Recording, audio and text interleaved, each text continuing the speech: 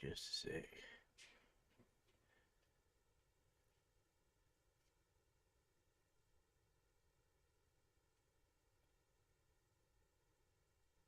Watching Keith and them on Let's Talk About It last night. You seen him on there? Him and oh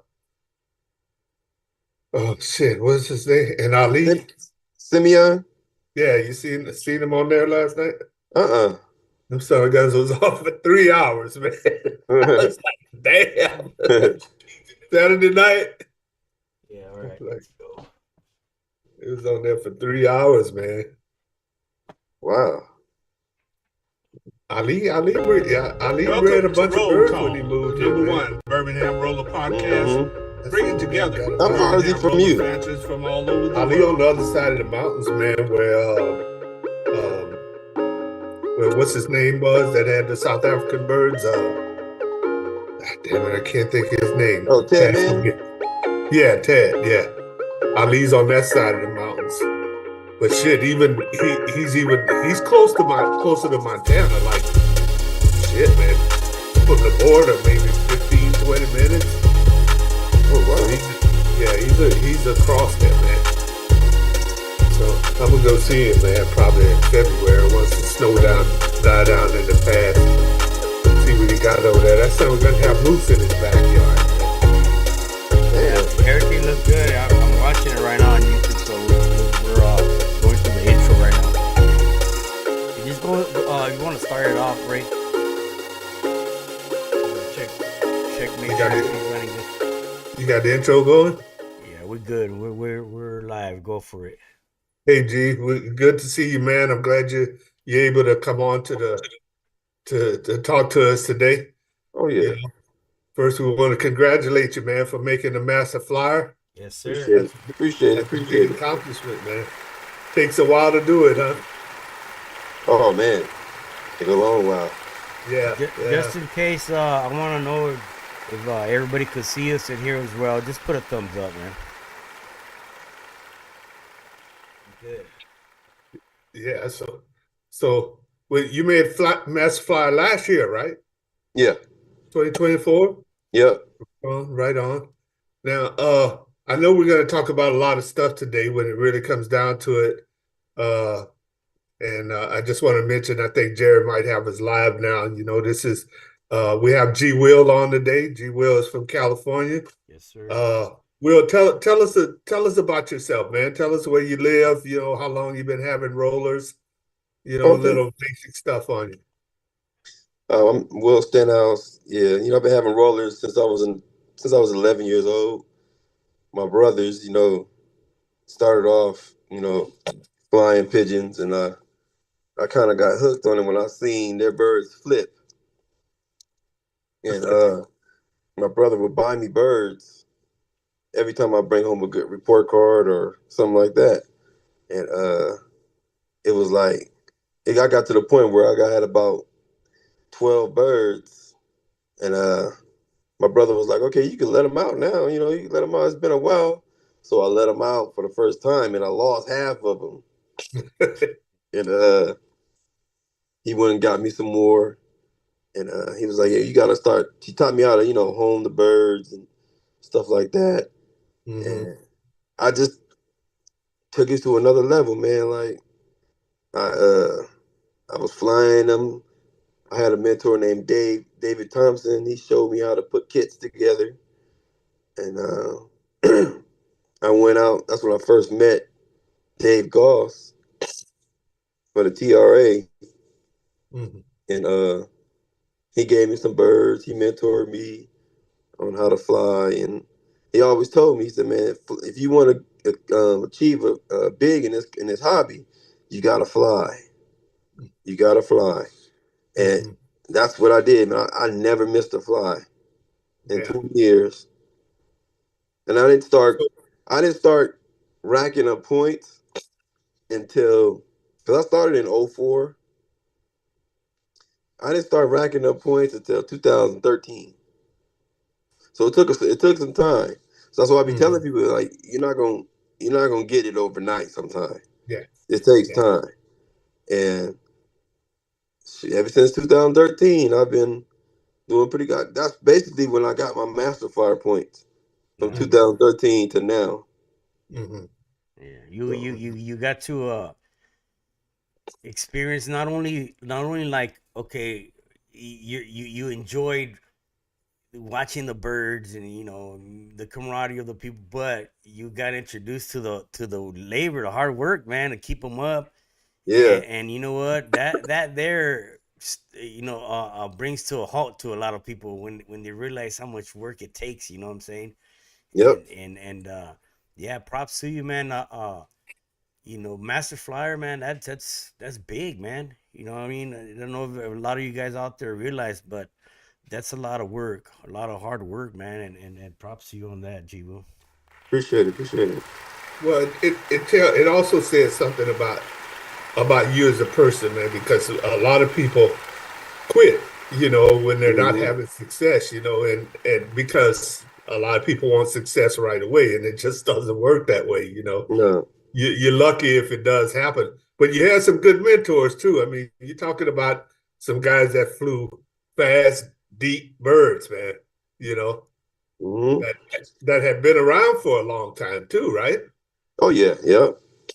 So you And know, like Keith London, he helped me out a lot. Like he gave me yeah. birds. That was my main family when I first started. Keith London and Dave Goss, and then I got introduced to the English birds, and Mm-hmm. it was over.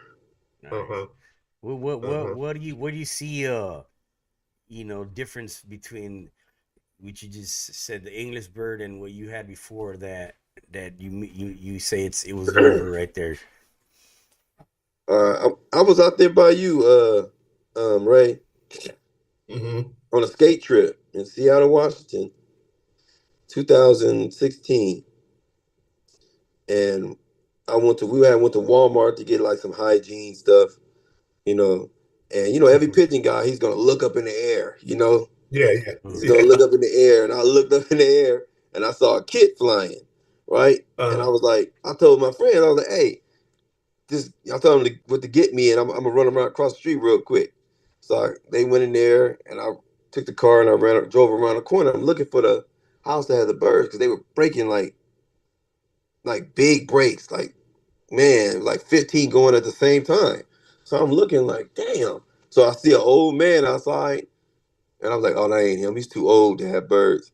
But then I seen the NBRC hat, Mm. uh, and that was him. And I asked him, I was like, this is your bird? He was like, yeah, like that. We start chopping it up. And he was like, "Yeah, you want some? I'm over popping. I'm over crowded. I'm trying to get rid of some." I was like, "Hell yeah!" But I didn't drive. I flew out here, so I would have to have them uh, shipped back. yeah. And I called immediately. I called Jed's immediately to have the boxes sent to him. I sent two Yeah. boxes. Yeah. He sent me 16 birds, 8 cocks, 8 hens, Uh-huh. and that's what I've been going from there. Ever Nice. since Now, I had who those, was that? Who was those that, Will? Who was the guy? his name was John Rolskin. He died. He passed away. Like he Uh-huh. passed away like in the COVID time. Oh, okay, okay. And his birds went back to Wayne Fetter. Oh Oh, yeah, okay. yeah. Good Mhm. birds. Yeah, Yeah. yeah, for sure. For sure. But I know we're gonna get into a bunch of other stuff, Will, Hmm. but I always hear guys talk about crossing birds and how don't do this and don't do that. But you've done a lot of crossing, right? Hmm. I mean, have you from what you created there? Yeah. The with the Kevin Monroe's and the Rick Shanes. Yeah. Mm-hmm. Mm-hmm. They call them the show modes. What you call them? The show modes. Okay. Chomos. Nice. Yeah. Hey, Yeah, well, go ahead. Go ahead. Go ahead. I mean, you're right. And Jerry, you probably seeing it too. There's a big difference the difference I see in the English birds is the kidding, the frequency, Hmm. and I think no matter what birds you get, you really have to work on the quality. I mean, you got to start choosing that, Yeah. Yeah. But I think that frequency and that good kidding, and the way they fly, it's bred into them Hmm. there. So already getting that from the start. That helps big time, doesn't it? Yep. Yeah, and So that's from you put it out there to where, especially around the LA area, you have a lot of guys who are hardcore Higgins and Reeds, and they didn't like English birds, and they, Nah. what I mean. And for you to put them out there, man, you kind of like probably like you know s- branded it out there, they're Yep. better, you know what I'm saying? Yep. Yeah, so They they they talk so bad about them birds, and I'm like, man, this is why they're winning overseas all the time. Like, there's a mhm. reason why they're winning overseas all the time. Come on now. And, some people will get some horrible ones, and Yeah. some people will get some great ones. Like, I had the HRs before when they first came out here, and I bred up about two kits of them, and only out of the two kits, only four of them were good. The other ones were trash. So Hmm. I got rid of my HRs. I didn't like those. And Keith was like, told me, he said, man, you should have crossed them. And I wasn't even thinking about it. I should have crossed those birds. Hmm. Hmm. Well, I mean, that's something to think about because I got some of the HRs too, and I swear, man, the young birds, oh man, they were just terrible when they first start. They were sloppy. I didn't Mm-hmm. like the way they rolled. They still had the frequency, and I liked the way they kid and they did it pretty fast. They came into the roll pretty deep, but they were just sloppy. Yeah. And it seems they got better as they got older. Um, Yeah. and then some crosses really helped, but um, I think with any family you get, you have to figure that out. I mean, you're not going to get 100% good birds, right? Nah. well, look at with Ron Force. He did the cross with them, with the Jimmy Sherman birds, Right. and then you got Ted Man that won with them. You know what I mean? Yeah. Yeah. So yeah, So, gee, you've been in the birds. Shit, man, what a good 40, 50 years? What? 37. 37 years? Mm-hmm. You're not that yeah, old, man. How old are you? 50. Are you? Yeah. Yeah, man. You've been in for a bit then, huh? yeah, Yeah. Right on. yeah. I mean, I think we all went to your house, during the convention. You Mhm. know, I think most of us probably had seen your place, through videos. Yeah, yeah, Mm-hmm.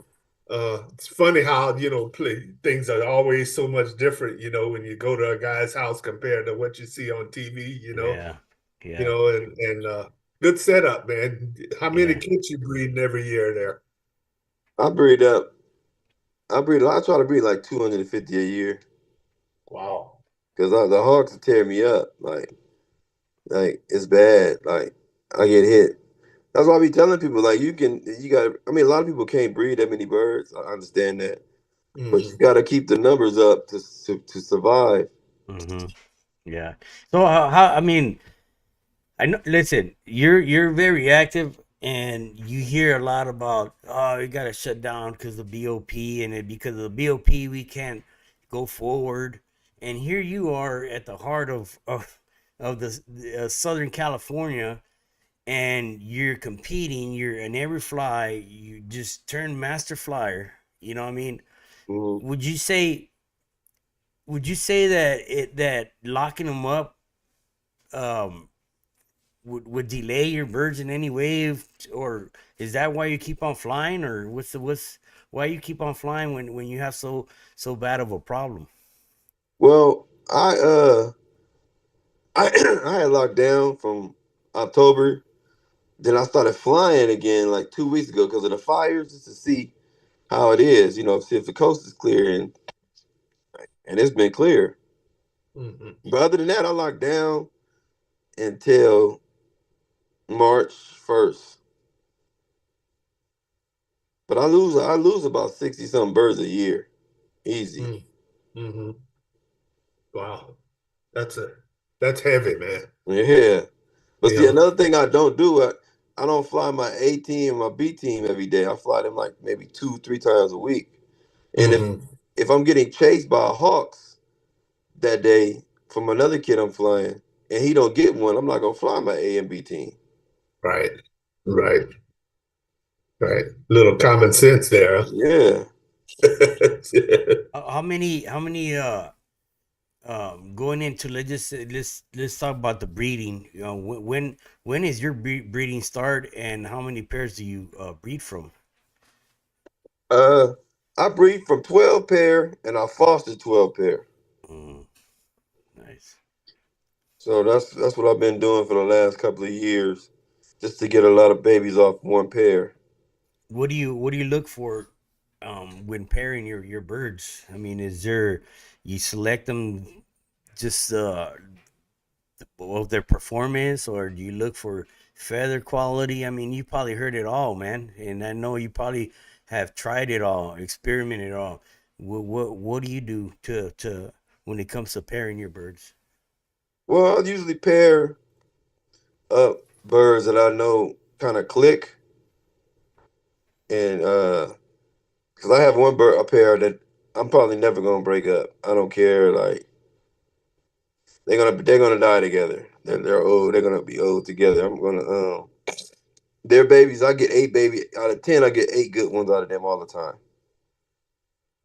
Yeah, So that's that pair is gonna stay together. And I'm trying this year. I'm trying like the father daughter. I'm the 3/4 matings. I'm trying that out this year. I'm trying um I'm doing a lot of inbreeding this year because I never used to do that. Hmm. And I'm gonna try it out this year, see how it go. have you tried out You the bully breeding system yet? The who? The bully breeding, the polygamy breeding? Nah. No. Okay. What is that? It just you use one cock to several hens. Oh, that thing. Yeah, no, I never did that. Yeah, Somebody told me about that. yeah, I don't know how that works. Like, how yeah. would you do that? You have to have one big old cage or something like that, huh? Nah, I mean, the best way to explain it is George Mason. I got a video. As a matter of fact, I got to put out there. But he uses one cock, and then he introduces the hen to the cock, then puts her away, gets another hen, and till that one cock impregnates all of them, and once they have the eggs, he fosters them out, and he keeps on going, and he'll do, like he said, he'll do six every 6 years or whatever.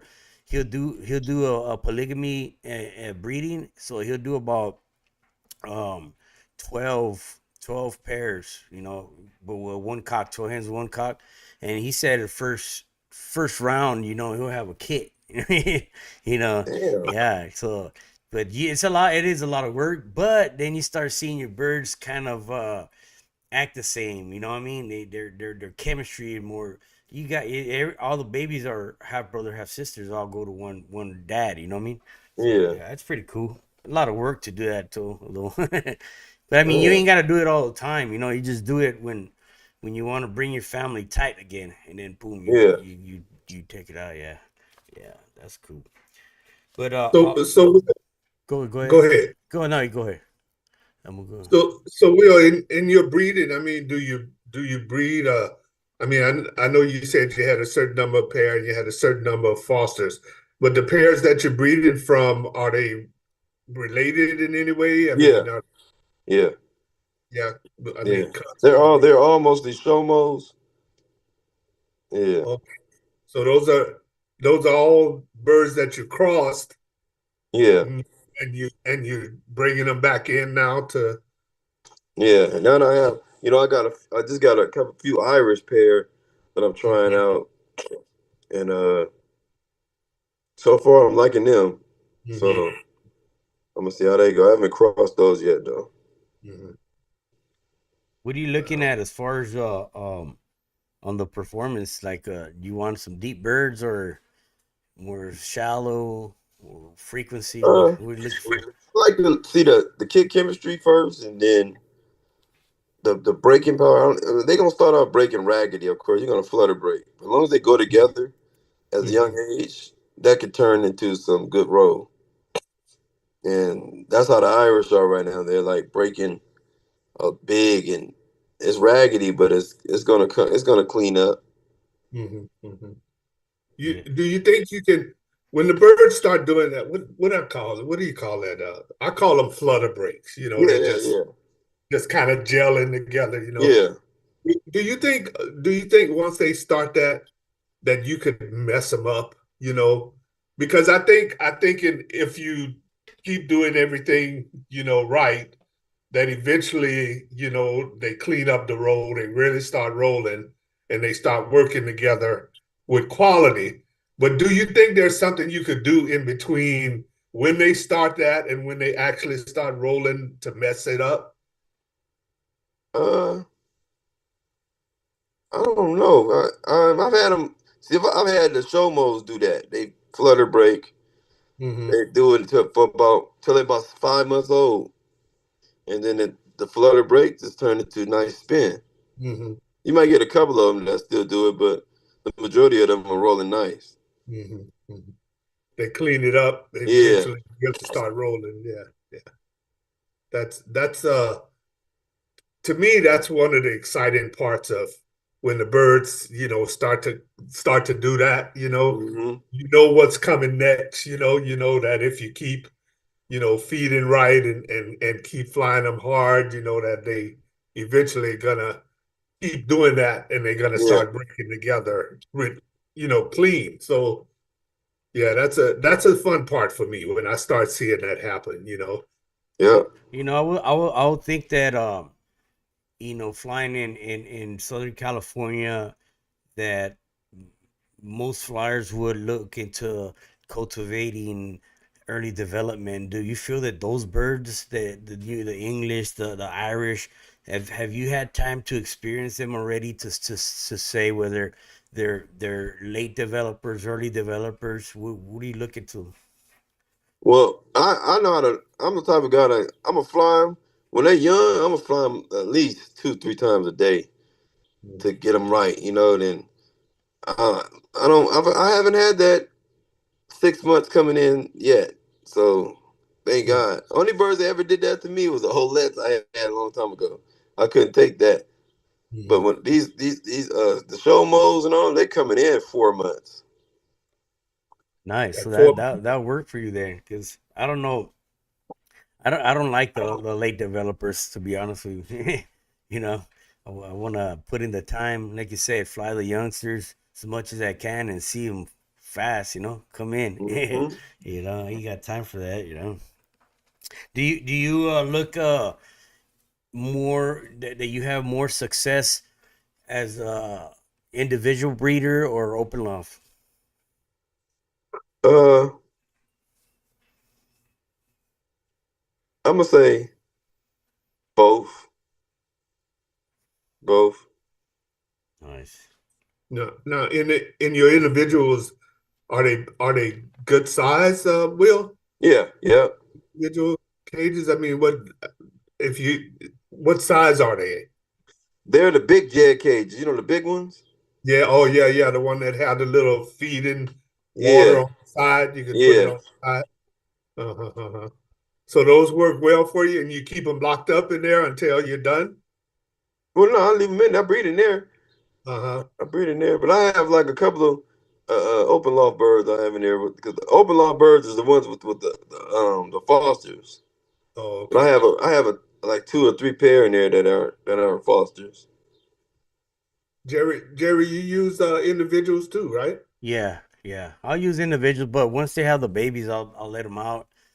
And then the way I do it is when I pair them up again, they'll lay their first eggs. I'll toss them, then let them lay again, and then I'll go for their second round just to make sure, what I mean, that they didn't get topped while they were out, in the open loft area. But I don't like. I'm not in a rush no more. Like when it comes down to breeding, Mhm. I'm not trying to breed and breed and see I'm taking my time with them and letting the pairs feel relaxed or whatever they shoot out. That's what I grab.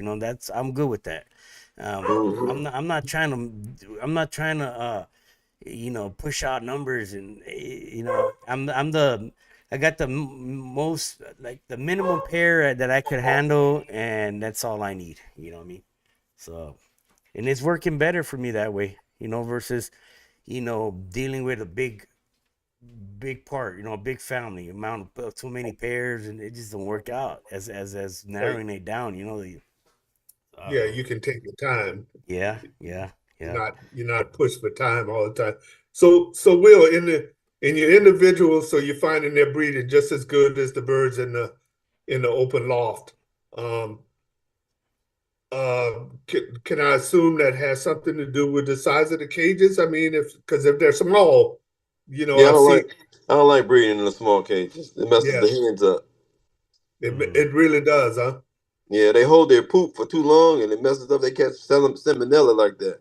Yeah, Hmm. yeah. You could tell like right off the bat, like it's the first thing they do when you let them out. Boom, they let it loose. They Yep. let it go. you know, and that to me that tells me like, hey man, they're not comfortable. You know what I mean? Comfortable enough to where they could, you know, take care of business when they need to. They want to hold it. But it's not like that in the wild. You know what I mean? Hmm. So you got to get it as close as the wild, man. Yeah. So what kind of feed diet do you use for your young birds when you're flying them? Do you use a mix or wheat? What works best for you? Uh, I've never been a fan of the wheat like that. I use like 14% with barley, Hmm. 14% no corn with barley for the kit birds, and that's what I basically be. I don't like to change up the feed and all that because people don't understand. Like when you change the feed on a bird a few days before a fly, do you ever notice that if you change the dog food on a dog, they get the runs? Hmm. Yeah, yeah, yeah. I The think that system I has to think that adjust. goes along with the birds. Hmm. Yeah, I Hmm. could. Hey, that's a good point right there. Yeah, the system have to adjust to it, and Yeah, I could get. especially if they haven't had it in a long time. Yeah, and probably I guess from experience, man. If you change their diet, I mean a lot. Yeah, I could see how it affected because every seed, I think the bird digested a little different. Especially if they're not eating it all the time. So yeah, I could understand that. And So do you? I had tried that feed that Brian McCormick was trying one day, right? I was like, let me try that. So I went and got that feed and did all that, and I gave it to the birds, and they didn't roll one time for Hmm. like 3 days. Hmm. So I'm like, wow. And as soon as I put them back on the regular feed, they start rolling again. Yeah, You think it's I'm trying that if it's that 8-way scratch you're talking about. I'm using that, but I'm not using it for actual the performance. I mean, I'm using it to give them the flight time. The flight time that I need, keeping them Mhm. high, keeping them. It's just the perfect diet for them. I mean, like to keep them like in the middle to where whenever I want to break them down, and I'm not saying like break them down with with taking away feed, just swapping out feed and keeping them the same ratio. Yeah. It's easy to manipulate them with that feed. It's not too rich like and protein. It's just perfect. 13% is what it is. what feed you guys talking about? The purative? No, the Is the that the purative is different. purative? No, the purative different. This one's called the 8-way scratch, and it's Oh, it's okay. it's somewhere up in North California where they mill it, but it has like the split green peas. It has I believe it has milo, wheat, safflower, and sunflower seeds, Mm, mm, and mm, and it doesn't have. I don't think it has barley in it, but yeah, it's 13%. And I feed the birds that, man. That's all I feed. And then like let's just say I give them a ratio, and then when they're finished with the daily ratio, if they want more, I'll top it off with wheat. Give them mm, pure wheat, but just when I want to fly them, when I want to fly them for a while, have Hmm. them strong. And then, but when I want to break them down to the performance, I feed them that, and I give them pure. After they eat the ratio, I give them pure barley. and then little by little I'll transition that mix into that depurative. But it's crazy, bro. Like I like it, man. A couple of guys are using it here and they're liking it too. So But props Will, to you say that that stuff didn't work for you, huh? You didn't Nah. like no. Uh-uh. So, but you mentioned barley. You use barley, right? Yeah. I mean, I've been reading. I've used it myself before, but I've been reading lately in reference to racing homers and how some of the top guys how they feed barley. Now, a guy that happens to be one of the best in the United States is feeding um, a high quality feed, but 50% of that feed he adds barley to it. yeah. You Hmm. know, and how do you use barley in yours? Will you use a lot or Uh, I use about mm, I use about 10%. mm-hmm. Yeah. I Okay. mean, I'm on the phone. I'm on the phone. Okay, I'm on the phone. Go. Mm. Yeah. one thing I heard Close my door. uh, George Mason say is I think his the feed he created has barley in it, Hmm. and once if you know that they're done eating when they start to leave some of the barley, Exactly. right? Yeah. Yeah. Is that what he says? Yeah. Yeah. And that's pretty much what I started doing. Like I said, I give them the ratio of that 13%. Then throw in the barley. I put a cup of barley, boom, and they'll eat it until they stop. They don't want no more. Okay, cool. But it's weird because you figured like you're stuffing them up. They're eating. They want to keep on eating. But it's crazy because when you start flying them every day, like around the fourth day when they burn the fat, and you think that they want to eat the same or even more because they've been working. They hardly eat, man. They come down, you give them. They don't even finish the first ratio, and they leave behind. I was like, man, but that's their body telling them, hey, man, we're trimming down. We don't need as much. We don't need as much feed. We're getting full with the smaller amount. And see, they them themselves would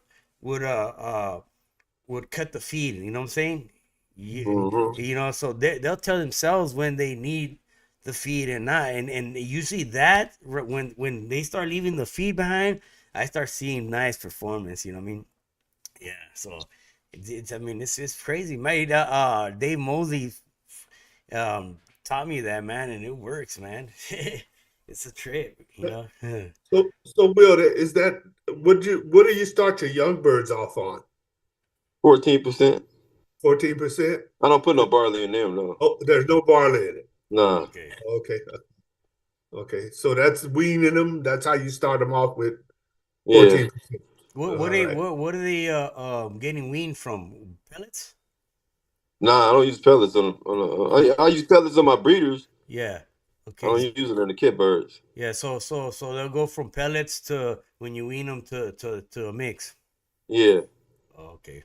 Well, I mix the feed with pellets. I get breeder condition and Hmm. I mix it with the 22% pellets For the youngsters.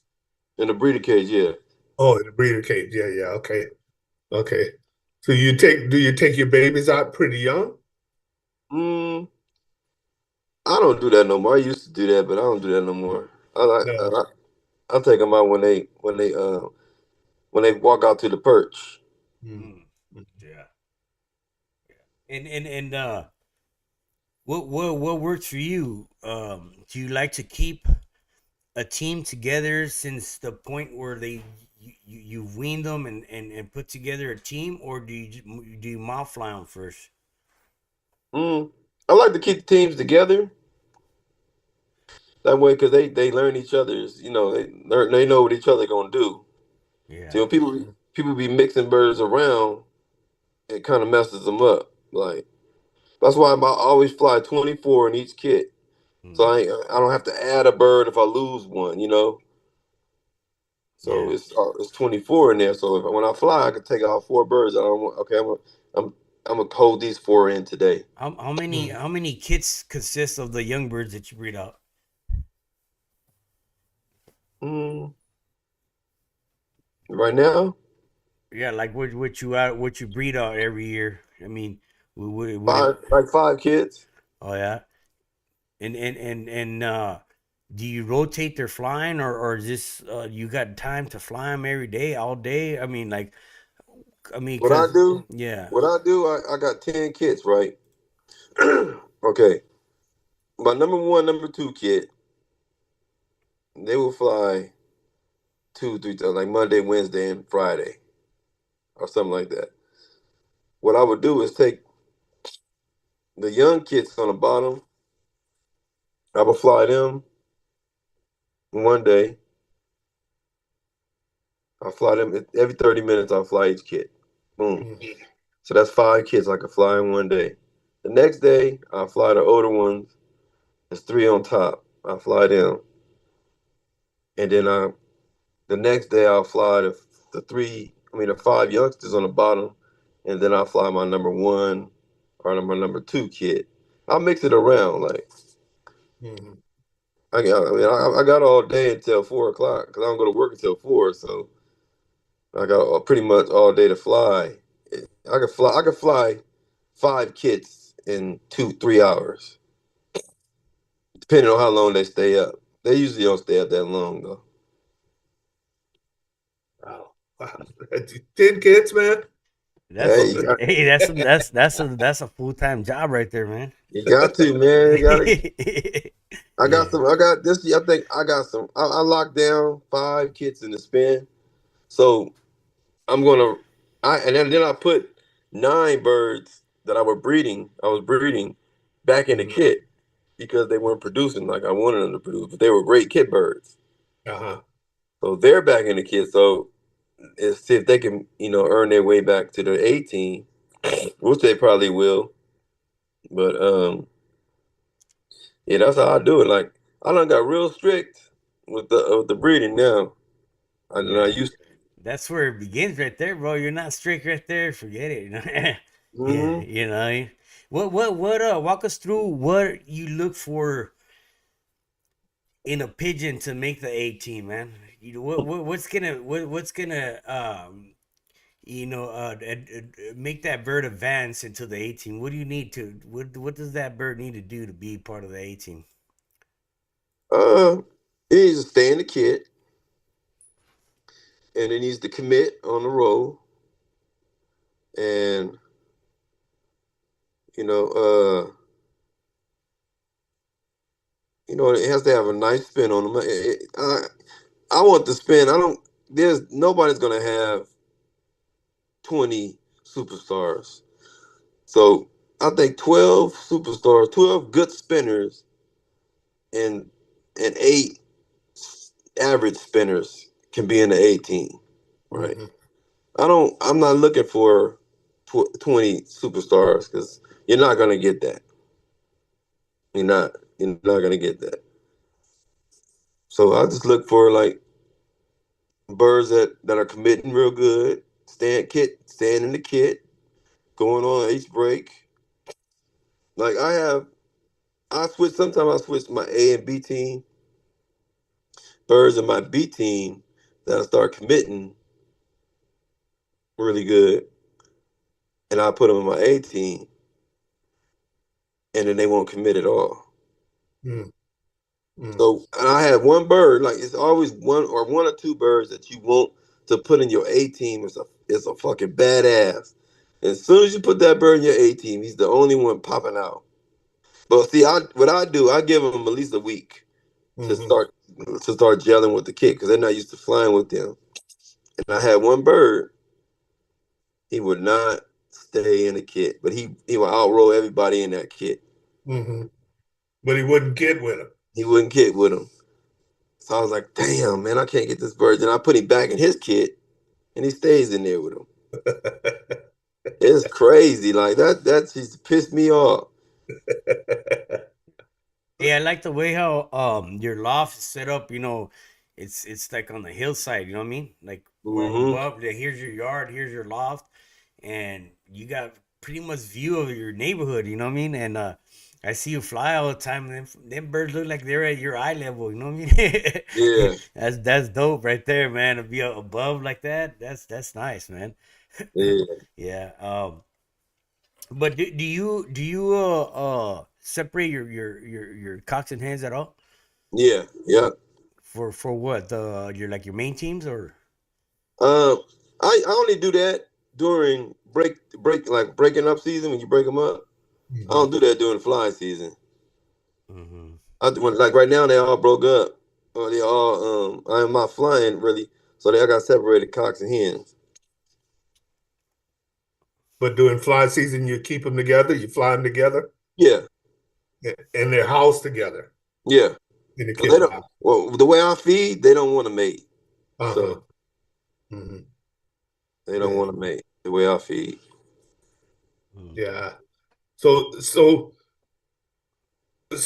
shit, Will. I mean, you lose quite a few birds to birds of prey. So I see why to keep your numbers up, you have to breed a lot of birds to do it. And you Mhm. fly it in pretty hot competition. I mean, there's a lot of you guys there. So, to do what you've done so far, and be successful, and consistent really says something about, what you're doing. I mean, Yeah, when yeah. you really think about it, because it's hard to be consistent in this hobby. It really is.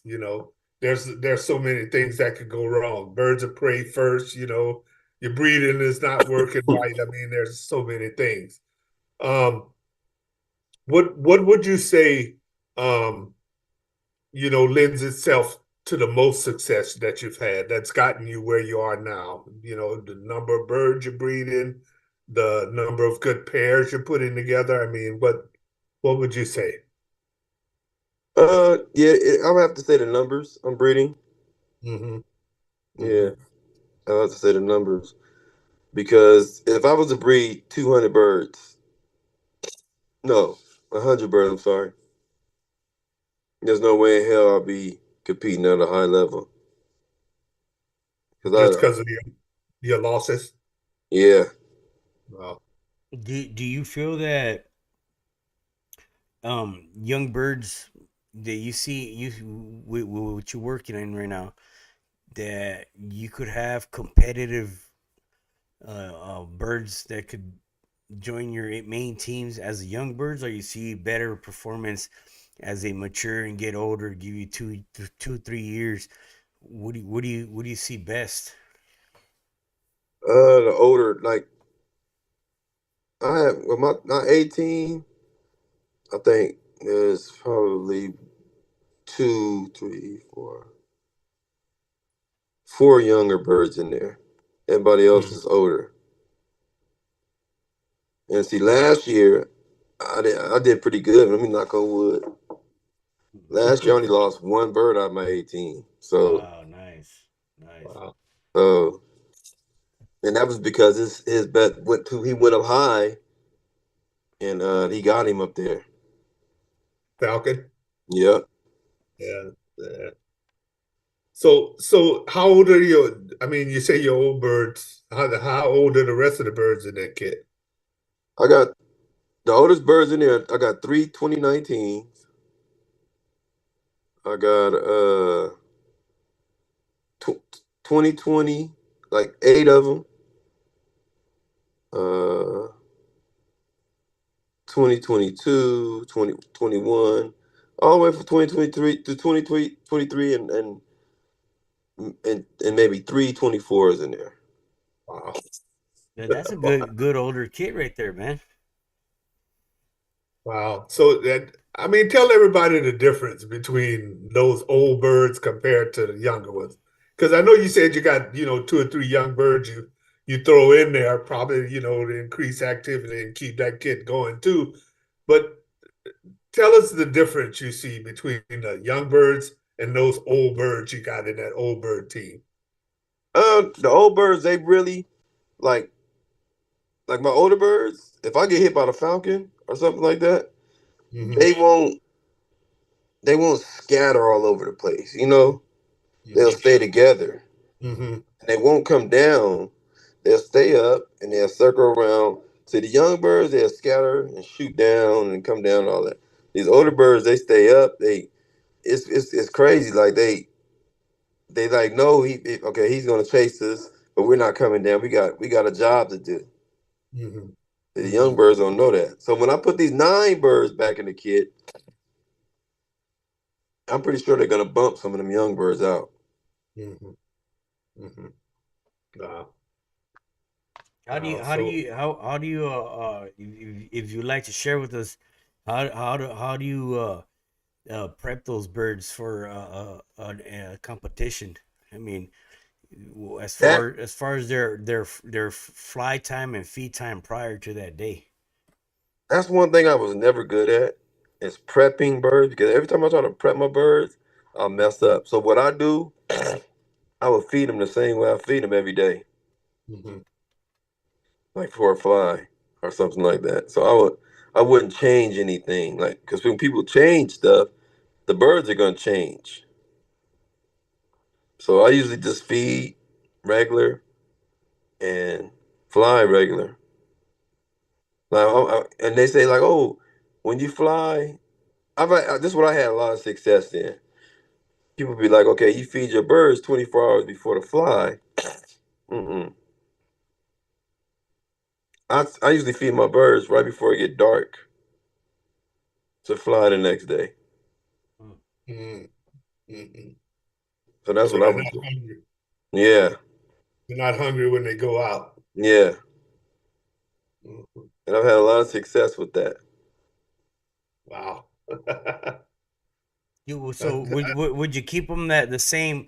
You would that be the same theory right there for you as far as when you got birds on one wing, when you got birds that just not doing what they're doing, would like some people would say, hey, feed them different, just keep it all the same. Yep. Keep it all the same. Only thing I do different is feed them later on that evening. So it sounds to me like yeah, I think I've seen your birds maybe twice, but sounds like to me that you get kind of consistent activity from your birds every time you let them out. Mm-hmm. So your adjustment is is limited because of that. That's one of the things, right? I Mm-hmm. mean, you kind of get consistent performance out of them, and the only tweak, like you said, you do is before the competition, you feed them the night before. Yeah. Wow. Yeah, I've seen that in a lot of the English birds, and maybe Jerry's starting to see some of that too, where they, every time you let them out, you get some kind of show. You know, it may I not be what you want on exactly what you want on a competition day, but every time you let them out, you're having fun watching them. Hmm. That Heiny Biker told me that when he came out here and judged my birds. He said try feeding them the before it gets dark, Hmm. before the fly. Hmm. Yeah. Well, I Wow. mean, I mean, there are many ways everybody applies. There's some people they would feed them 30 hours prior to the fly, and they swear that they come out. But I think it'll be to where you have them. Like your daily routine all the time. And I think you're safer if you keep it going that way than to try to switch things up in the very last. Yeah, because you never know, man. At least you know what they're doing, what you do working with right now. Yeah, every time I've seen somebody make a change, that they never Give me used again. before, Hold it on. never works. It never seems to work out to me. Hey, cut it out. They always something always happens. So, one of the things, I don't know if you see this in your birds. I mean, the amount of feed that you give them. I don't know. The birds I have, they eat a lot. Seems like to Mm-hmm. you know. I mean, I could still get them the kit and come in and everything, but they eat a lot of feed. If I find with most of the birds, a lot of these birds that if you underfeed them, they won't go. They won't go up and fly. They won't Yeah. stay. So are you finding that with all the crosses you did? No, I don't. I feed them enough. I haven't had that problem. Hmm. So, but I mean, have you underfed them where they just, I mean, you try to cut them and they won't go up, or you don't have any of that? Nah, I haven't No. been doing that. Yeah, I see. What do you what how do you see do you guys got a pretty good region going on right now? Where you flying? Are you the RD right now? Nah, Jose Monolano's a RD. Oh, okay. Right on. You guys got a strong a region right now, a lot of flyers or no? Mhm. It's kind of slowly dying out, man. Like it's not a lot of guys ain't committed in it anymore. Like it's kind of dying out. Why you think that is, Will? Uh, the BOPs Hmm. mainly the BOPs. Yeah, that can be hard. Especially if you're getting hit and losing birds all the time. You Hmm. know, I know one of the things, you said here that's kind of an important deal is that you got to breed enough birds. You got to have birds. I don't know if you can emphasize that enough.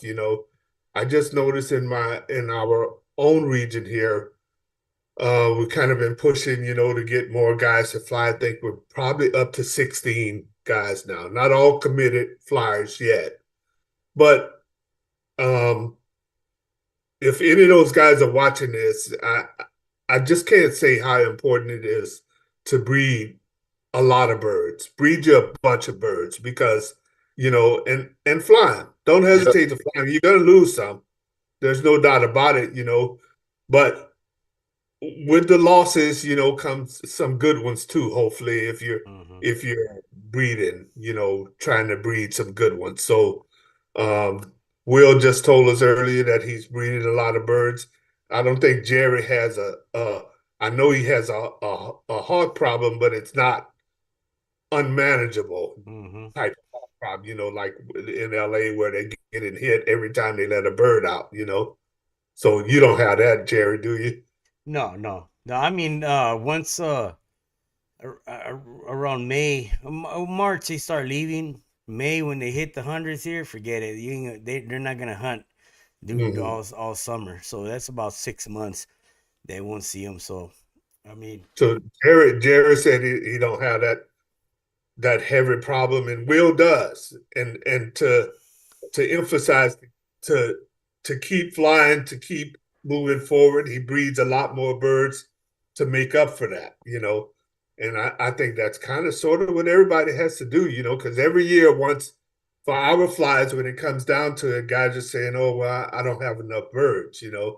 Well, it's not just the losses, you got to breed enough to be able yeah, to fly, because not all of them are going to be good, yeah, you know. Mhm. You may have enough. I mean, you're gonna call some, maybe that don't kit the way you want. I mean, or you just don't like what they're doing.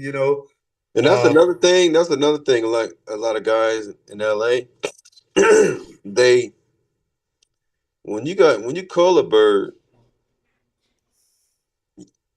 I keep all my cull birds for like a sacrifice kit. mhm, You know, mhm, and you have to train that sacrifice kit like you would train your 18. You want them to go up. See, a lot of guys they take a sacrifice kit and just have the birds that just fly from roof to roof and stuff like that. That's not gonna get it. You gotta have them flying up so he can get one, and that way mhm, you can have a. I've had so much success with that, man. Like I had 31 birds in one kit before, and I let him out. He'll get one. I have a free day to mhm, fly. mhm. Boom. Next day he'll fly. He get another one free day like that. And it got down to about 11 birds to where I've never got. He got one of them and never touched none of my other birds. yeah. Well, I think that doesn't matter where you fly. It doesn't matter what conditions you have. If if you spend the time, you got the passion for the birds. It's gonna work out for you either way because everybody in your region is going through the same thing. So somebody's gonna come on top. You know what I mean? You've done Mhm. successful by being that way, dedication. You got Jose Maldonado now. He posted his plaques of his 11 bird and 20 bird, but I'm pretty sure he's in his backyard trying to you know fly against the BOP. But I don't know, man. Do you feel that it could be more of a lack of having good birds for some other people versus you guys have some good birds, you putting in the time, so you feel confident that you're gonna be placing, at a at a good, the top 10 at least in your region. You know what I'm saying? Mhm. But I don't know, man, because you guys got a lot of flyers out there. I mean, you see, Mhm. uh the champion for the Royal Rumble, right? Yeah, I won that before. Yeah, Okay, so and how many flyers do you guys have there? that year Yeah, in the Royal it was Rumble. like 70 something. Wow. There it is. Wow. Wow. That's a lot of That, kids, man. yeah, You know that's what a I lot mean? of kids. Just imagine 70 flyers at the World Cup fly in the national, man. That would be competitive right there, you know what I mean? But that's kind of like that's what I'm saying. That's pretty weird how you can't get the flyers for a national fly, but you got flyers for the Royal Rumble. You know what I mean? Yeah, You Mhm. know. Mhm. yeah. Do you feel That's do you feel you guys fly at a good time of the year, or would you like it to change? they need to change it, but they can't change it because they say the other fly, like the World Cup, is intervening with the Royal Rumble. But I gave up this year. I don't have nothing else to say about them flying the Royal Rumble in May when the weather is nice, And I keep telling them, like, in June in the summertime, the only people that have a chance of winning that fly are the people that fly first, second, and third. Mhm. You're the fourth flyer, it's gonna be 95 degrees. Mhm. After that, it's gonna be 100 degrees. Oh, then they say, oh, the World Cup finals is such and such. The World Cup finals is one day, Yeah. and it's Yeah. during the week. 90% of the time, it's during the week. Yeah. But they don't understand, and it's because mainly they're the Royal Rumble committee. None of them guys fly except Patrick. Yeah.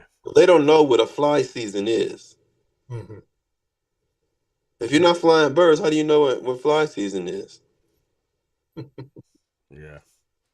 So I just gave up. I'll fly first this year. Hey, I told him, hey, I'm flying first this year. So, hey, I'm gonna leave it alone. Next year, I won't fly because Yeah. it's gonna be 100 and something degrees. It's a waste of time. Yeah. Yeah. Well, It's tough flying in the heat, that's for sure. And I yeah, keep I mean, telling them, and they don't understand. Like when it's hot, birds don't perform that good. Like that's why Royal Rumble, nobody really scores big. Like mhm. you're not gonna score big in Royal Rumble. 200 some points, maybe max. Hmm. Yeah. If I like in May, if I flew the finals, I flew the World Cup last year in May. No, the year before in May, I got 300 and some points. Royal Rumble come, it goes down. Your birds start to molt and all that. So same kit for the Royal Rumble, but it was the same judge. I ended up getting 60 something points. See, it's the weather. Pigeons like to roll in cool weather, overcast sometime, all that. Like, if you ever look in England, Mhm. it's always overcast Mhm. when they're flying. It's not never sunny out there when they're flying. Don't nobody have competitions in the summertime anywhere else. Yeah. Chacon, you guys fly in the summertime out there? Man, you know what? Lately we've been flying when it's hot, bro, and that's what we were talking about yesterday. I told him, man, the World Cup, I'm gonna schedule it to where our prelims, we're gonna fly cool weather. I don't care Mm. if we have, BOPs, but you know what? Last year, if you were like on the national fly, our highest score was 87. Yeah. You know what I mean? The birds, from kit to kit to kit that we were going wasn't doing nothing, man. And it's because Hmm. we flew. It was like in the 90s, high 90s, and I mean it's terrible, man. And we know our birds are capable of doing more, but when we see it, like you said, in the cooler weather with overcast, and it's not even where some people won't even fly the birds at 85 degrees, bro. You know what And the I cold part of mean? and the cold part about it, like they always talking about, oh, the hawks this and hawks that. It don't matter what time of the year you fly out here, they're gonna come. The Mhm. Hawks. Yeah, Yeah. yeah. Your only window they have in LA area is probably March to late April. Mhm, Yeah. mhm. Oh, you know what I'd like to see is some type of change on like on the bylaws or whatever, to where if where you're able to call more time, for like a hawk attack, like where you guys fly, man. I mean, it kind of is unfair when you're having the you have your prelims, you get your qualifier, but now the qualifiers got to go up with everybody else, and they just say you still have really bad bop problems. It's kind of unfair, you know what I mean? So, like in England, they'll have the judge will call timeout, and he got 10 minutes, to give them the opportunity to the kit to get back together. And we have our 5 minutes, and once you call in and call them back in, and let's just say you got 3 minutes less left, you lose the 5 minutes. It's So I gone. I like to see, to maybe that something like that will give encouragement to the flyers like around your area. You know what I mean? Give them more of an Hmm. opportunity to be fair. You know what I mean? Yeah, yeah, But So yeah, Jerry, you say what you're saying is if you got 10 minutes and you only use three, you still have yeah, the other 7 minutes yeah. Cause left. cause let's just say your birds, the BOP grabs one or he takes off and they get spooked, and it's up to the judge to say, okay, now they're together, or they're you got the biggest. If they separate, you got the biggest kid within the kid. You know what I'm saying? But let's just say it comes back, or let's just say they get spooked by a crow or whatever, and they go crazy. You could call out, hey, you know what? These birds have been disturbed already. So, hey, Mhm. time out. You got 8 minutes. 8 minutes hit until you see that they're back together. You give them more of an opportunity to get back into the chemistry, as Yeah. from when they got interrupted by the BOP. So I think something like that will give a better chance to just calling in a timeout, 5 minutes, and then he takes one, and usually the flyer will be put them back on, right, and that's it. You're done. You know what I mean?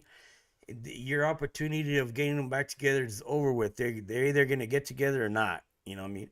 But if you have that time, you're saving time, and you're able to. If the judge will say, "Oh man, you know what? They just went too high." You could calm time out, give them time to come down. You know what I'm saying? But that's how they do it in England. I thought that was pretty cool, man. Because they get really bad of falcon attacks over there too. Mhm. yeah. Yeah, so I think something like that will work out. You know what I mean? Well, to be honest, that's really not a big change. Mm, And the benefit of it for the flyer is so great. yeah, Yeah, I Hmm. mean, I could totally understand it. That would be nice to do. yeah, and it's pretty simple. All you do is have two time clocks. You stop your time, and you start your timeout. And you stop the Yeah, timeout. You start your time. Boom, and like that. Like I said, people with bad situations, man. Like bad, that the BOP don't migrate. We need to kind of help them out a little bit more. I think that will help out a lot. But I don't know. Hmm. Just a thought. You know what I mean? Yeah. so we talked about most of the situations with your birds. how are you choosing birds to bring back into your breeding loft? Uh, I select from the air. Hmm.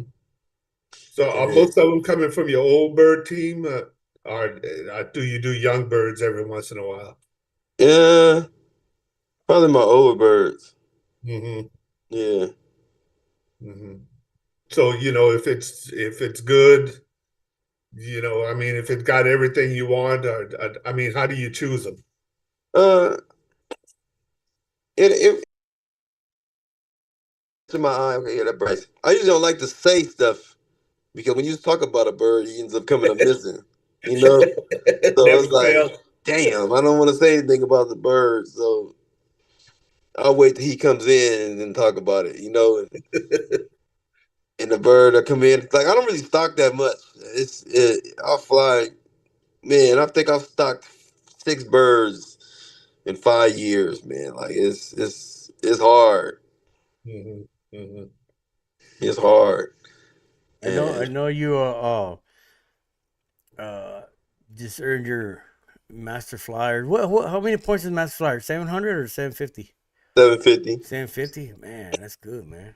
What's your next achievement, man? You got the Royal Rumble. What you've qualified top 10. What's coming next, man? I'm trying to win the NBRC. Yeah. Hey, how you liking the? I know it's new to a lot of us, but how you liking the 11 bird fry? Have you Oh, participated I in it? kind of like it. I kind of like the 11 bird fly. Yeah, Hmm. that's pretty cool. I like it too, man. Yeah, I Yeah. kind of like it.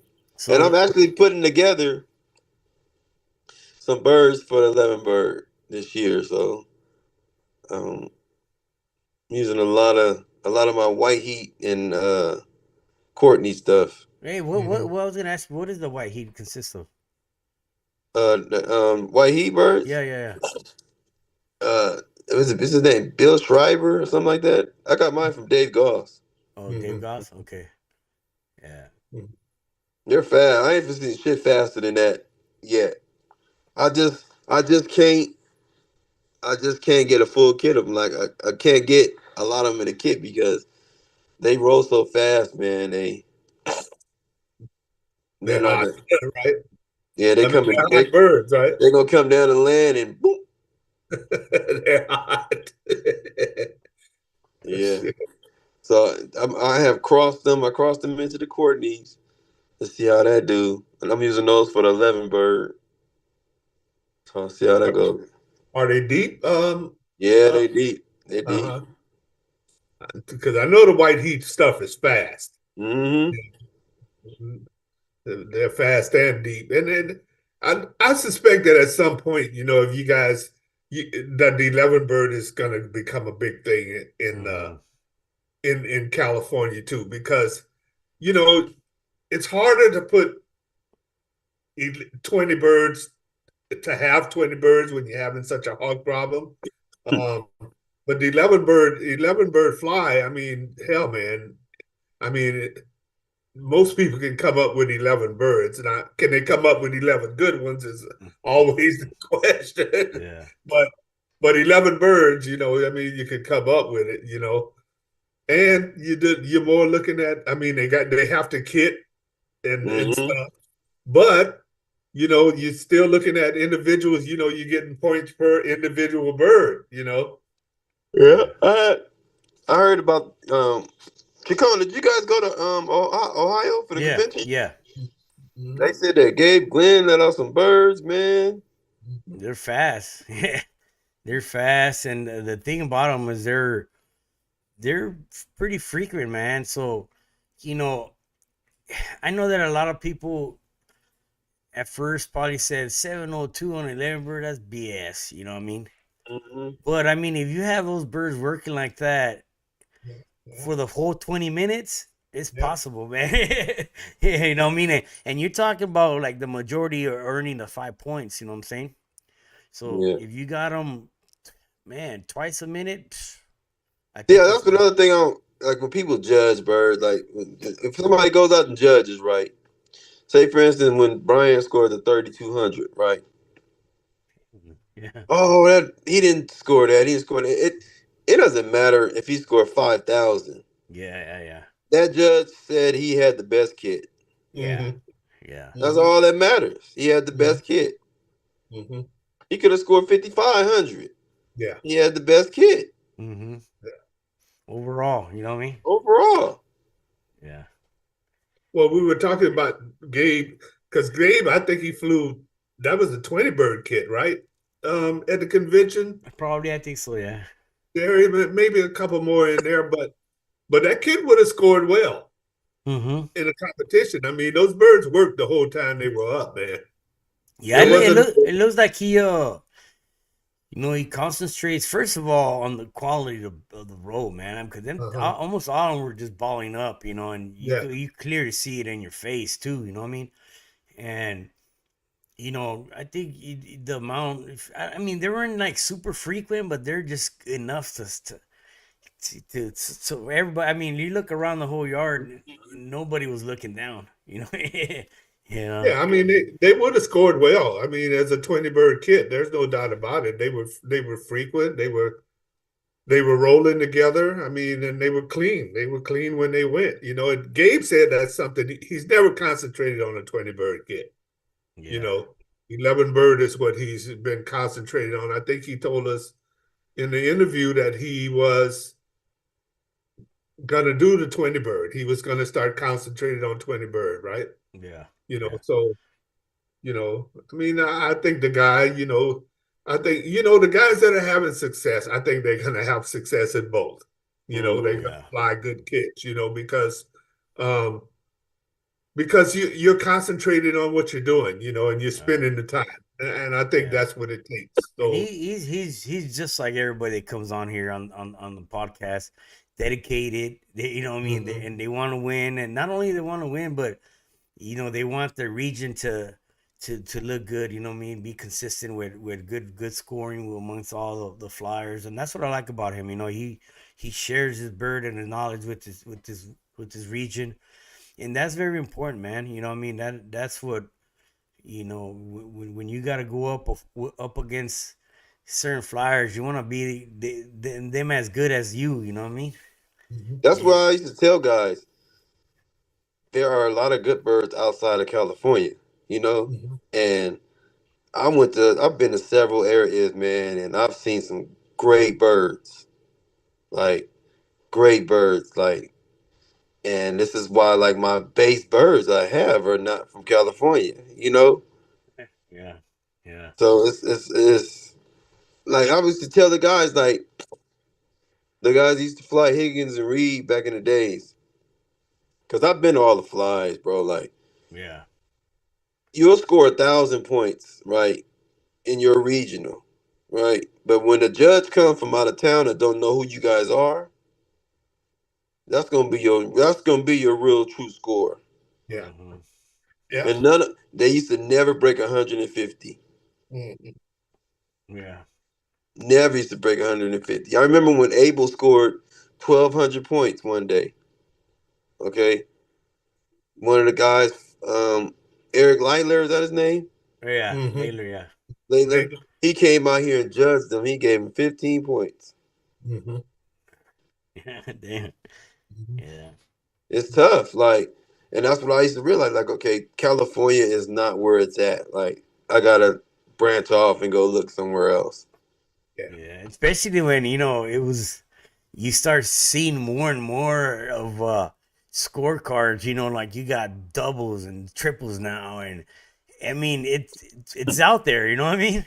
And and Yeah, and I know, like for a lot of us, we're dedicated and loyal to certain mentors and all that. But you know what? If there's better, go for it, man. That's what I say. I've yeah, been out there and I've seen it. I mean, it's possible to have a a 12 bird break with 30 footers fast. You know what I mean? yeah. And you know what? If you don't go for it, man, then someone else will. And you're gonna stay behind. Like the best Higgins birds that I've seen out here in California was Dwayne Holmes. mhm, That was by far the best kit that had Higgins in it I've seen. and I've gave him. I think I would have gave him like at least 600 points on that fly. He got 1,000 or something, but I would have gave him like 600 points because them birds, I ain't gonna, I can't bullshit you. They were rolling like right. I wanted some of his birds, but I couldn't afford them. Hmm. So, uh, Do you see yourself going out and participating more in judging in the future? yeah. Yeah. Hmm. So See, the judges. Only thing about the judging, all these like these different regions, like Montana and all that, you got to be gone for 5 days, Yeah, and I can't leave work for 5 days like that. So it would have to be a weekend. yeah, yeah. Yeah, That's the hard part about it. yeah, You you know. and- start using your vacation and sick time and shit yeah, on Yeah. birds, man. Damn. yeah, I've done it. Yeah. Yeah, bro. I tell yeah, my wife's like, "Well, where we gonna go? This your vacation? Sorry, man, I ran out of sick time and vacation." yeah. I work Monday through Friday, and I'm off on weekends. Right. But hey, I can miss one day at work. 3 days is max. Yeah. Yeah, Yeah. bro. Yeah. Yeah, you gotta. But you guys are right. I mean, going out,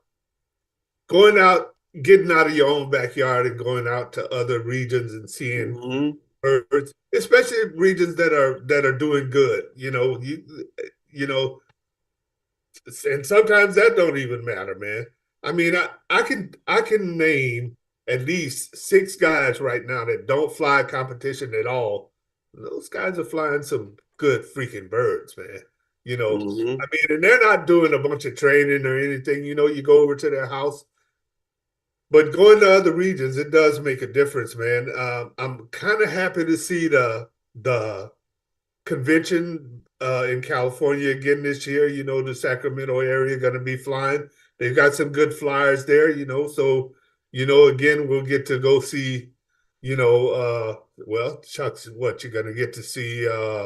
Steve Um, Butler, Stephen Butler, uh, McCormick. McCormick. McCormick. I mean, yeah, here we go. We're talking about a guy that just Clippers. scored a ton of freaking points, and we're going to Oh get yeah, to see him at the convention, fly birds at the convention. And yeah, for them, I appreciate that they're doing it. I know it's not easy, probably for McCormick to do it, because he doesn't have a giant area for everybody to stand around and see the birds. But Yeah. but I mean, how can you not want to go and see him? I mean, you've been there, Yeah. right? Um, Gee, Jerry, you been there? no, I haven't. not me Oh Yeah, neither. man, and see, you haven't been that's there either. and that's the thing too. Like, I mean, if we get to see his birds fly and we get, it's a plus, of course. But Yeah, just to be there and bullshit with them and everybody else there, what I mean? Like, yeah, oh yeah. man, all right, this is the setup right here. Cool, man. Check out that bird right there. It's gonna be good. Here's the thing about it. If you go out and judge somebody, and you saw something great and you come back and tell them about it, you're hearing it from them. But there's a total different thing when you're there and you're seeing it. You know Yeah, what I mean? Hmm. I heck mean, yeah, if you see it for yourself, now you know. right. You're not going off of what I said or what Jerry said or what Will said. You're going off of what you just saw. Yeah, I tell you what makes me most afraid about the hobby is seeing guys that get jealous or get upset Yeah, yeah, because things didn't go their way. And the thing about it is you're gonna lose a lot more than you're gonna win, yep, in the hobby. I mean, that's just the way it is, man. That's the way it is. But yeah, when you're sitting in your backyard and you're happy with what you're doing and you're seeing what you want to see, and then it shows on when people are there watching it. I mean, how does it get better than that, man? yeah. You You know? got Keith on it says Dwayne Holmes got 1,000+ points in the finals, and then Rick Shaney says I judged him in the World Cup finals in 2005, and they were good, over 1,000 points. that's what I seen that. That's what I'm Yeah, talking and about. then That's what I Keith, said. He got 1,000 points. yeah, and Yeah, Keith says from 1999 to 2004, The Riverside area had 3 to 5 members in the top 10 in the finals. See, that's Yeah. yeah, That's crazy, that's man. good, man. Shit, that's what I'm saying. Yeah. And that's what I was saying. Like when your region, it's they're tough, man. It's a tough region.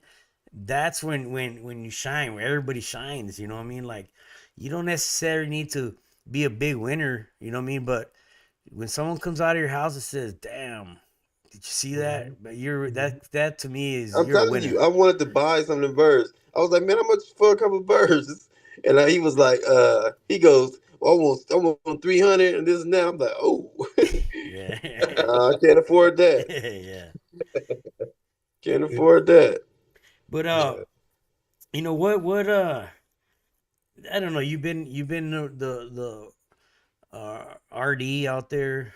Um, what advice do you have for all your flyers around there, man? Like, what would you like to let's tell them and to maybe bring them together, maybe have them kind of look at things the way you do. You know what I mean? What do you think would be good for to I reach out to think them? they should. I think they should continue to fly and everything. Just keep flying everything.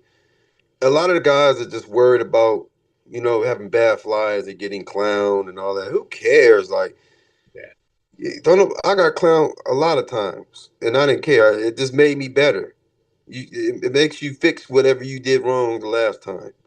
Hmm. Okay. Oh, that bird came out and rolled down. Okay, I'm gonna fly that bird. Boom. Like a lot of guys, and they have it bad in LA too. They have it bad. They want you to see a certain bird, right? And they will fly that bird, even though it doesn't kit, but it has a nice spin on it. They'll let that bird out and mess their whole fly up. When that's a bird that you can use when your fly is over, you can kick it up for them. Oh, watch this bird. Hmm. Hmm. That's what they need to really like focus on flying more than anything. Like fly, bro. Like you're gonna get hit. You're gonna get hit regardless. It doesn't matter. You're gonna get hit. But that's why you have the parents of the birds. You can reproduce those birds. And I know it's frustrating when you lose a couple of really good birds, but you're gonna lose really good birds and you're gonna make a lot more good birds. Yeah, that's true, man. And I think that's very important, and the time to do it, it's a very important. But thank I you. think we should. I think we should try and go back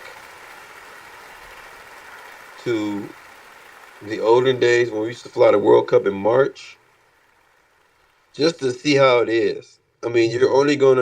it's you're only gonna know so much. Like you ain't gonna know what's gonna happen until you try it.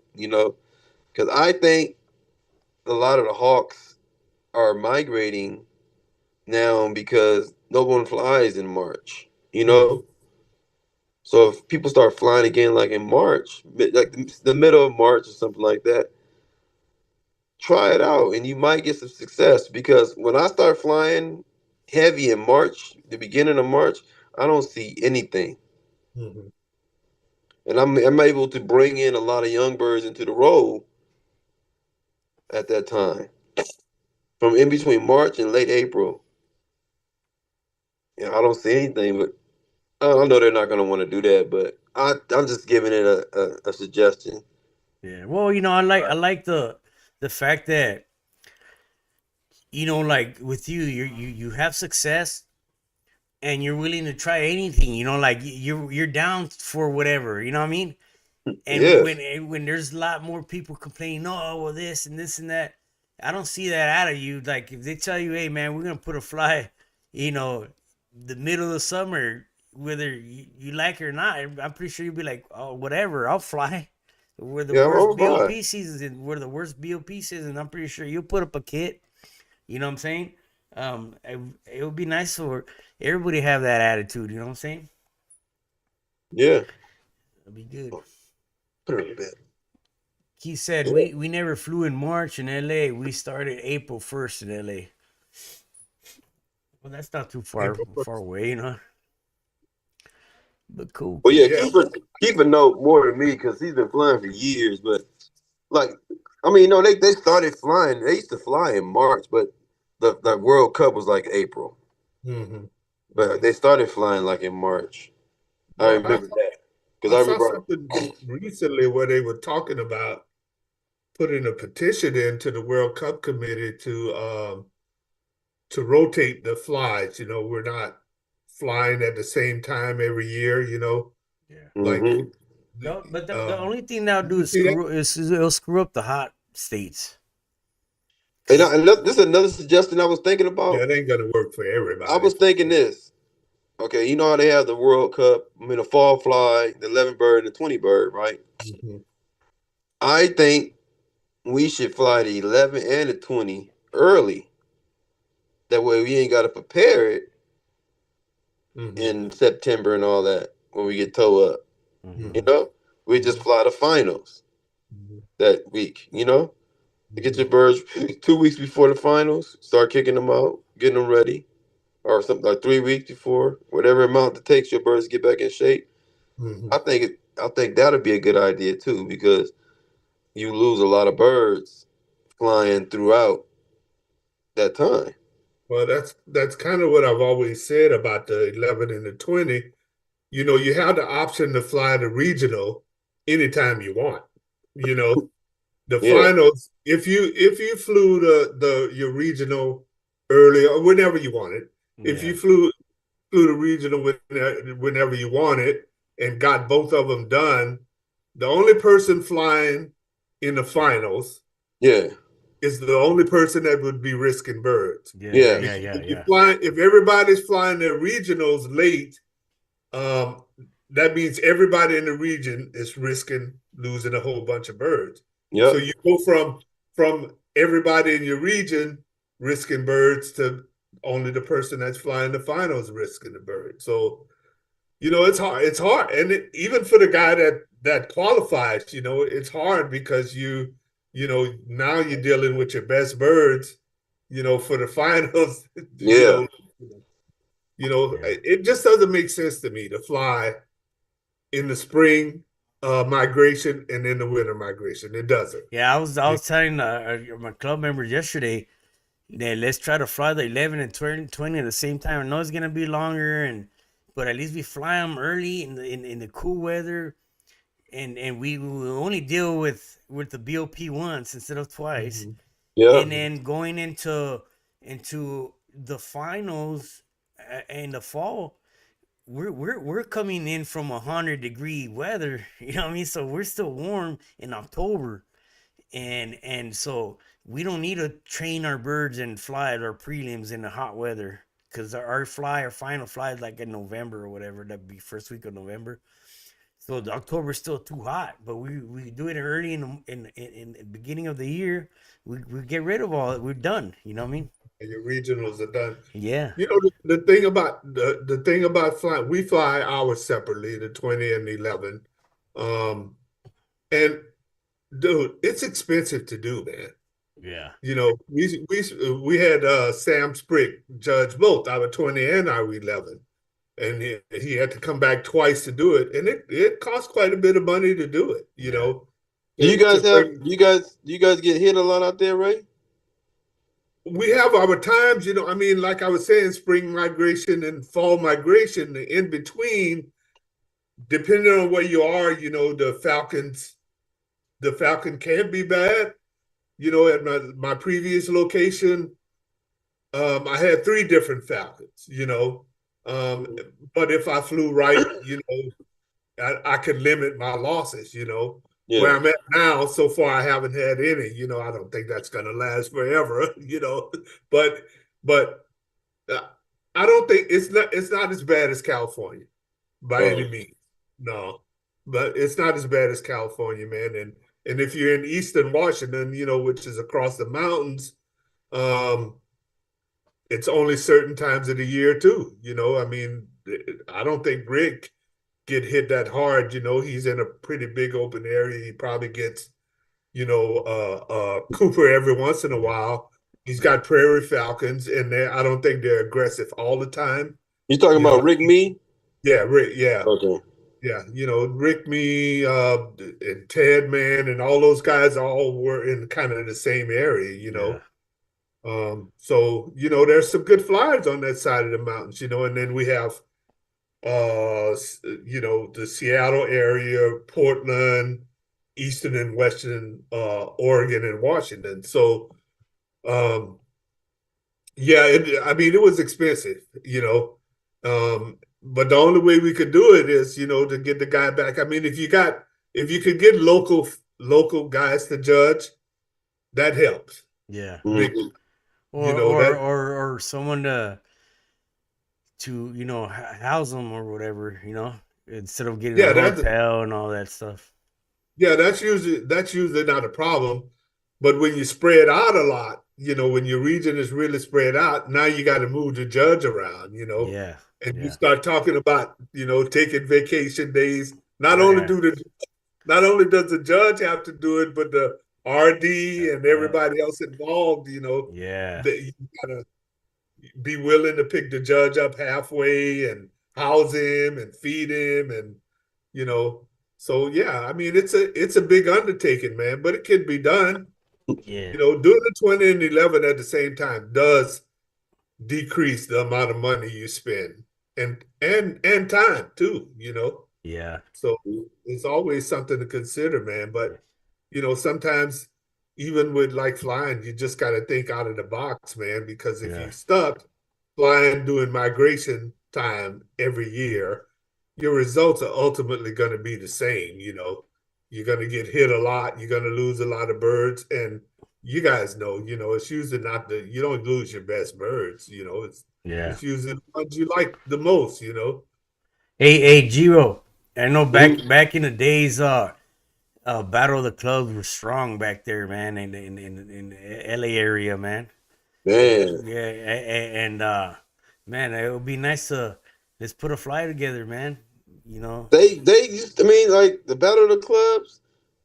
That was probably one of the best flies, man. Like it was really the best, one of the best flies. Like people, that was a lot of dedicated guys. They Yeah, didn't care if they yeah, got hit. They didn't yeah, care. yeah.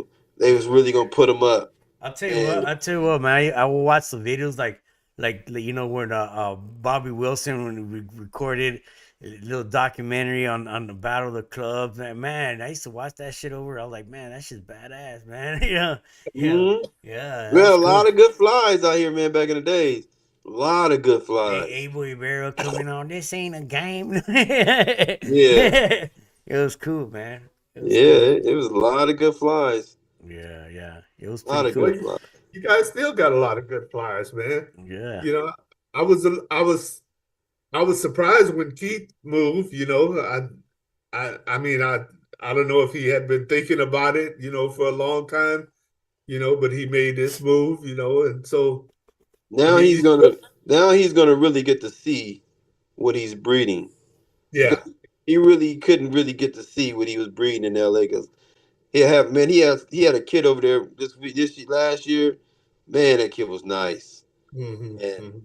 yeah, I talked to him 2 3 days later. Before that, I lost that bird, and then I lost that bird. It's like wow, like yeah, you can't. He gonna really get to fly some birds up there where he's at. yeah. Well, he's not gonna lose as many as he lost in LA.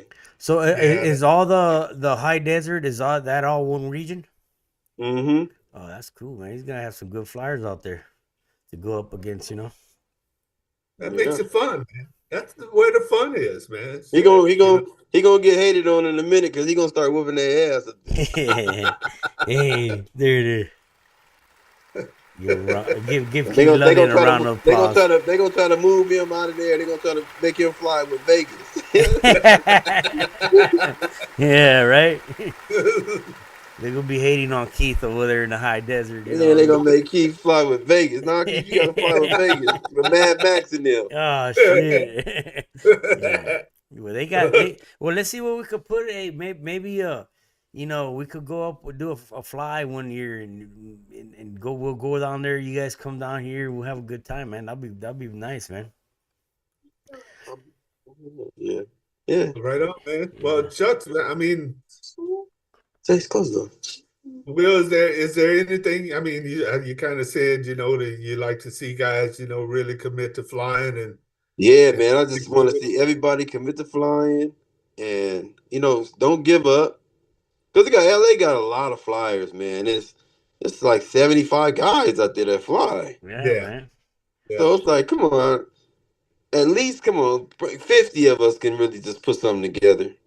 yeah, Yeah. yeah, yeah. Hey, Keith says that it's already started and I haven't flown yet. Oh man, it's gonna be good, man. So, but hey, listen, G World, thank you for participating, coming up on here. This is a platform that's out there for forever, man. People, get to tune in and For just sure, for sure. tune in, listen in, learn something. You know what I mean? And I Oh yeah, appreciate you being here, man.